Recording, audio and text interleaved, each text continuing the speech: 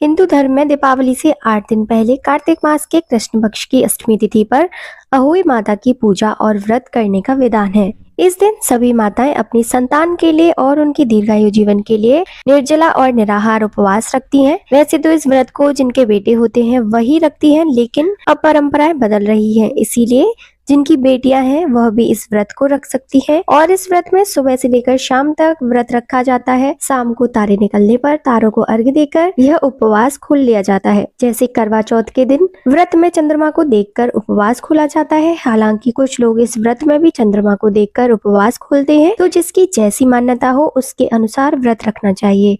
आज के इस वीडियो में मैं आपके साथ अहोई अष्टमी की बहुत ही सरल और आसान पूजा विधि शेयर कर रही हूँ। आप इस वीडियो को पूरा जरूर देखिएगा ताकि जो भी महिलाएं इस बार पहली बार व्रत रखना चाहती हैं उन्हें पूजा करने में आसानी हो।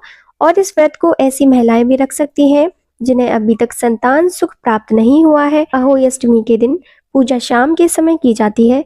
प्रदोष काल के समय भी इस पूजा को किया जाता है। कुछ जगह पर दोपहर में पूजा कर ली जाती है और शाम को जब तारे निकलने का समय हो तब केवल तारों को अर्घ्य देकर व्रत खोल लिया जाता है। तो पूजा की तैयारी आपको पहले से ही करके रख लेनी चाहिए, जिसके लिए एक चौकी पर आपको साफ लाल वस्त्र बिछा लेना है। कुछ लोगों के यहाँ पर करवा चौथ के दिन जो पूजन होता है वह चौकी दीपावली तक रहती है, तो आप चाहें तो उसी चौकी पर पूजा कर सकते हैं। अब सबसे पहले आपको चौकी पर वस्त्र बिछाकर गंगाजल छिड़ककर शुद्ध कर लेना है। अब आपको अहोई माता का पोस्टर, कैलेंडर, तस्वीर, फ्रेम जो कुछ भी आपको मिले वो आपको चौकी पर स्थापित करना है। यदि कैलेंडर हो तो उसी दीवार पर आप किसी भी टेप आदि की मदद से टांग सकते हैं। अहोई अष्टमी के व्रत में मिट्टी का एक छोटा सा घड़ा जो करवे से थोड़ा बड़ा होता है वह लेना जरूरी होता है। कुछ लोग 2 घड़े भी रखते हैं, तो अपने यहाँ की मान्यताओं के अनुसार मिट्टी का घड़ा लें आप और उसे पहले पानी में भिगोकर रख लें। सारे मिट्टी के जो भी बर्तन है उसे 1-2 घंटे पानी में भिगोने के बाद ही आप पूजा में प्रयोग करें। अब उस मिट्टी के घड़े के अंदर आपको कोई भी अनाज भर लेना है। कुछ लोग अक्षत यानी चावल भरते हैं, कुछ लोग गेहूं भरते हैं और कुछ लोग ड्राई फ्रूट्स भी भरते हैं। तो आप अपनी सामर्थ्य के अनुसार जो भी अपनी इच्छा से अनाज इस घड़े के अंदर भर सकते हैं। अनाज को घड़े के अंदर भरने के बाद अब हम उस कलश का भी पूजन करेंगे। घड़े के कंठ पर हम मौली या कलावा बांध लेंगे और घड़े पर भी हम स्वास्तिक का चिन्ह बना लेंगे। और इसके अलावा आपको एक और कलश चाहिए होगा। टोटी वाला कलश हो तो टोटी वाला, मिट्टी का सिंपल कलश हो, छोटा लोटा हो तो वो भी आप ले सकते हैं, या कोई भी स्टील का या धातु का लोटा जिसमें हम जल भरकर रखेंगे, जिनसे हमें तारों को जल का अर्घ्य देना होता है, वो आपको साथ में रखना होता है। तो आपको कलश तो चाहिए, चाहे मिट्टी का एक कलश हो, दूसरा स्टील का हो, या दोनों ही आप मिट्टी के प्रयोग कर सकते हैं।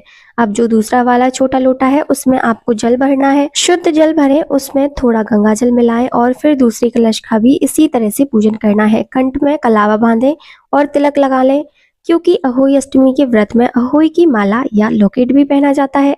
जिनकी कोई संतान नहीं है वह बिना लॉकेट के भी पूजा कर सकती है, लेकिन जिनकी संतानें हो उतनी संख्या में उतने मोती आपको इस लॉकेट में पिरोने होते हैं। शुरुआत में आपको 2-2 मोती डालने होते हैं, उसके बाद हर साल 1-1 मोती आपको इस माला में चांदी का ही होता है वो बढ़ाना होता है। तो जो चांदी की अहोई है, अहोई का लॉकेट है, वह आपको जिसमें आपने गेहूं भरकर रखे हैं उसमें आपको रख देना है, स्थापित कर देना है। और जो भी आप कलश की स्थापना करेंगे जिसमें आपने अनाज भरा है उसके नीचे आप थोड़ा सा अक्षत या गेहूं का या किसी भी अनाज का आसन जरूर दें। और अगर आपको अहोई का लॉकेट या माला नहीं मिलती है तो आप उसकी जगह पर जो कलावा है या कोई भी लाल रंग का धागा है वो भी आप पूजा में प्रयोग कर सकती हैं। पूजा करने के बाद गले में पहन सकती हैं, क्योंकि ये जो अहोई का लॉकेट होता है ये वैसे तो दीपावली तक पहना जाता है, और जो लोग दीपावली तक नहीं पहन सकते वह कम से कम 24 घंटे तक इस लॉकेट को पहनते हैं और फिर उसको विधि विधान से उतार कर अगले साल पूजा के लिए दोबारा से यूज लाने के लिए किसी सुरक्षित और शुद्ध जगह पर रख देते हैं। अब हम एक छोटी कटोरी में थोड़े से अनाज जैसे गेहूं या चावल भरकर अहोई माता के पास रखेंगे और जल का छींटा लगाकर पहले तो सभी सामग्री की शुद्धि कर लेंगे। अब हम सबसे पहले गणेश भगवान जी को, जो आपने चौकी पर पहले ही स्थापित कर लिए हैं, जिस समय आपने अहोई माता को स्थापित किया है, आप चाहें तो सुपारी में कलावा लपेटकर या गणेश भगवान की प्रतिमा यदि अलग से हो तो उनकी स्थापना चौकी पर करें। सबसे पहले गणेश भगवान जी को जल का छींटा लगाकर स्नान का भाव कराएंगे और स्नान कराने के बाद गणेश जी को हम तिलक लगाएंगे। अहोई माता को भी जल का छींटा लगाकर फिर उन्हें हम वस्त्र रूपी मौली या कलावा या लाल चुनरी अर्पित करेंगे और उन्हें भी तिलक लगाएंगे। सभी पर हम अक्षत पुष्प अर्पित करेंगे, दीप जलाकर रखेंगे, धूप जलाएंगे और इस व्रत में हल्दी से अहोई माता का तिलक करना बहुत शुभ माना जाता है। तो अहोई के व्रत में आप जल्दी से तिलक जरूर करें।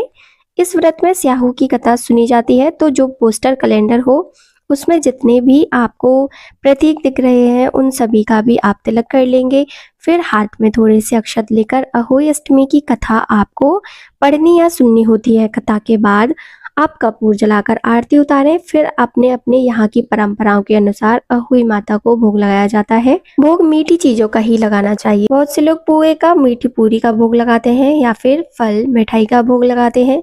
इस व्रत में भी बायना निकाला जाता है। बायना आप अपने परिवार में अपने से बड़ी, चाहे जेठानी हो, ननद हो या अगर सासू माँ हो तो उन्हें आप दे सकते हैं। जो भी वस्त्र वह पहनते हो आप उनके लिए वह वस्त्र यदि सामर्थ्य हो तो ले सकते हैं। वस्त्र ना देना चाहें तो आप केवल कुछ दक्षिणा, फल, मिठाई आप दे सकते हैं और उनके पैर छूकर उनका आशीर्वाद भी इस दिन अवश्य लें, क्योंकि यह व्रत जो है संतान से संबंधित होता है। अगर आपके बच्चे आपके साथ रहते हो तो शाम की पूजा करते समय उन्हें भी अहोई माता की कथा सुनाएं और उन्हें भी तिलक लगाएं।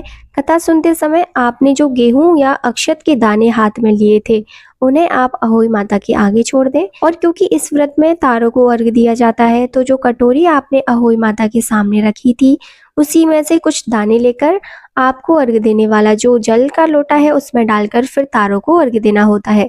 तारों की तरफ देखते हुए पूर्व दिशा की ओर मुंह करके आप शाम के समय तारों को अर्घ दें।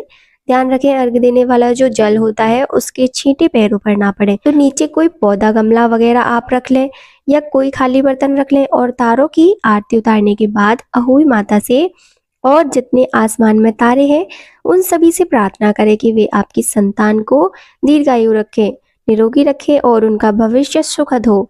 ऐसी कामना करें और जो भी आपने अहोई माता को भोग लगाया है उसे प्रसाद रूप में अपने बच्चों को खिलाएं। अपने परिवारजनों में बांटकर स्वयं भी ग्रहण कर सकते हैं। इस व्रत में शाम के समय जो सात्विक भोजन आपने बनाया है, पूरी सब्जी का, वह आप खुद भी ग्रहण कर सकते हैं। पूजा की चौकी किसी किसी के यहाँ दीपावली के बाद, भाई दूज के बाद ही हटाई जाती है और जिनके यहाँ पर ऐसा नहीं होता वह अहोई अष्टमी के ठीक अगले दिन चौकी हटा सकते हैं। जिसमें आपने जिस घड़े में गेहूं भरकर रखे थे उसमें और गेहूं मिलाकर आप किसी भी निर्धन सुहागिन महिला को दे सकते हैं या किसी भी गरीब महिला को दे सकते हैं। और इसके अलावा कुछ लोग बायने में भी पूरे घड़े सहित अपनी सासू माँ को या जिन्हें भी आपने बायना दिया है उन्हें और गेहूं मिलाकर या और उसमें अनाज भरकर या अलग से अनाज देकर उन्हें बायने के रूप में दे सकते हैं।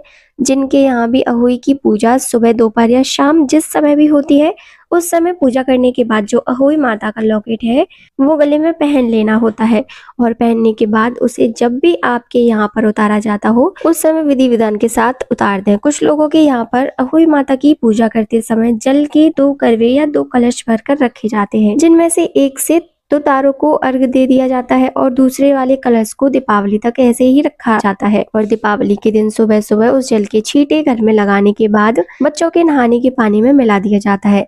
आशीर्वाद के रूप में इस दिन व्रती महिलाओं को भूलकर भी कोई भी पेड़ पौधा नहीं उखाड़ना चाहिए और नाखून, बाल इत्यादि नहीं काटने चाहिए। साबुन, शैम्पू और तेल आदि का इस्तेमाल करने से भी बचना चाहिए। तो ये थी आज की वीडियो। उम्मीद है आपको पसंद आई होगी।